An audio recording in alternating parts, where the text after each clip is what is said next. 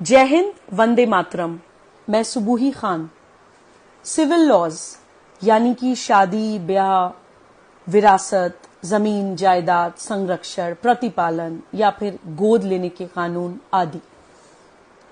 आजकल ये सवाल उठ रहा है कि हमारे देश में एक यूनिफॉर्म सिविल कोड होना चाहिए, यानी कि आप किसी भी पंथ, किसी भी मजहब, किसी भी जाति के हों, एक समान सिविल कानून सबके ऊपर लागू होना चाहिए।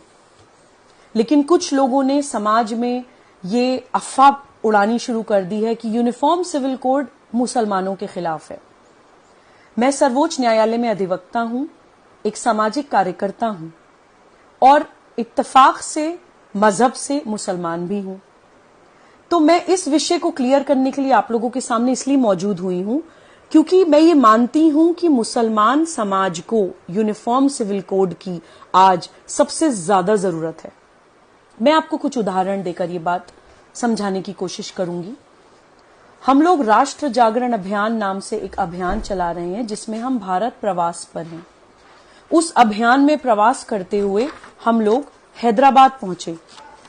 वहां हमें जाकर पता चला कि हैदराबाद में आज भी अरब से 70-70, 80-80 साल के बूढ़े शेख आकर 12-12 साल की बच्चियों के साथ निकाह करते हैं। उसको नाम दिया है मिस्यार मैरिज, यानी कि ट्रैवलर्स मैरिज। जब तक उनकी यात्रा चलती है तब तक वो निकाह चलता है। जब वो यात्रा खत्म हो जाती है तो निकाह की एक्सपायरी डेट आ जाती है। एक छोटी सी बच्ची का शारीरिक शोषण करके, दुष्कर्म करके ये शेख अपने देश चले जाते हैं और बोलते हैं कि इसकी इजाजत उनको शरिया देता है। आज भी मुसलमान समाज में पुरुष बहुविवाह करते हैं। अपनी बीवी के होते हुए अपनी बीवी की मौजूदगी में दूसरी बीवी लाते हैं। आप सोचिए कि एक महिला का शारीरिक, मानसिक, मनोवैज्ञानिक, आर्थिक हर तरह का शोषण करके ये पुरुष बच के निकल जाते हैं शरिया लॉ की आड़ लेकर। छोटी छोटी बच्चियों के साथ, 12-12 साल की बच्चियों के साथ किसी भी उम्र का कोई व्यक्ति, जवान हो, बूढ़ा हो, निकाह कर सकता है, यह बोलकर कि शरिया में 12 साल की बच्चियों के साथ निकाह जायज है। जब कोई बच्ची प्यूबर्टी अटेन कर लेती है, उसको पीरियड्स शुरू हो जाते हैं, तो शरिया के मुताबिक उसके साथ निकाह किया जा सकता है। ऐसा इन लोगों का मानना है। एक होता है अडॉप्शन, यानी गोद लेने का कानून। मुसलमान समाज में गोद लेने का भी कोई अधिकार नहीं है।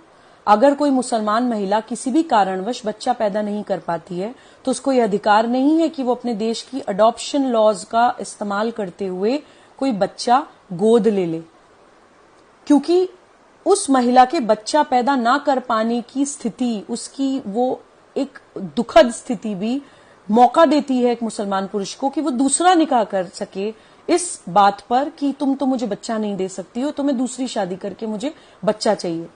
गोद लेने का भी अधिकार एक मुसलमान महिला के पास नहीं है। देन गार्जियनशिप लॉज, यानी कि सरपरस्ती, संरक्षण के जो कानून होते हैं देश में, वो भी मुसलमानों के ऊपर अप्लाई नहीं होते हैं। एक मेरे पास अभी कुछ दिन पहले केस आया, मैं आपको बताना चाहती हूँ कि एक महिला के पुरुष की हस्बैंड की डेथ हो गई। उसकी डेथ के बाद ससुराल वालों ने घर से निकाल दिया, उसको बच्चे नहीं दिए, ये कहकर कि शरिया के हिसाब से, मुस्लिम लॉ के हिसाब से माँ जो होती है वो नेचुरल गार्जियन नहीं होती है बच्चे की। अगर फादर की किसी कारणवश डेथ हो गई है तो उस बच्चे की गार्जियनशिप ससुराल वालों के पास जाएगी। तुम कौन, तुम तो कुछ हो ही नहीं। ऐसा बोलकर उस महिला को घर से निकाल दिया गया।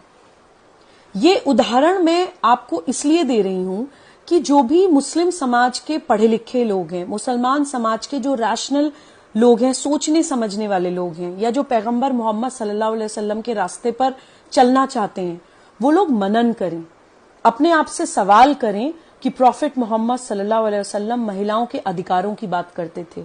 उनके समय में अरब में छोटी छोटी बच्चियों को पैदा होते ही दफना दिया जाता था। उन्होंने उन बच्चियों को बचाने के लिए कहना शुरू करा कि जिसके घर में बेटी पैदा हुई है उसको अल्लाह ने अपना सलाम भेजा है। पैगंबर मोहम्मद सल्लल्लाहु अलैहि वसल्लम अपनी बेटी बीबी फातिमा के आते ही उनके सम्मान में खड़े हो जाया करते थे। पैगंबर मोहम्मद सल्लल्लाहु अलैहि वसल्लम ने जो पहली शादी करी वो अपने से बड़ी उम्र की महिला से करी, एक विधवा महिला से करी, एक बिजनेस वुमन से करी जो तिजारत करती थीं। कोई नकाब पोश या अपना चेहरा ढक के चार दीवारी में बैठी हुई किसी महिला से उन्होंने निकाह नहीं किया था। तो हमारे प्रॉफिट हमें महिलाओं का सम्मान करना सिखा कर गए हैं।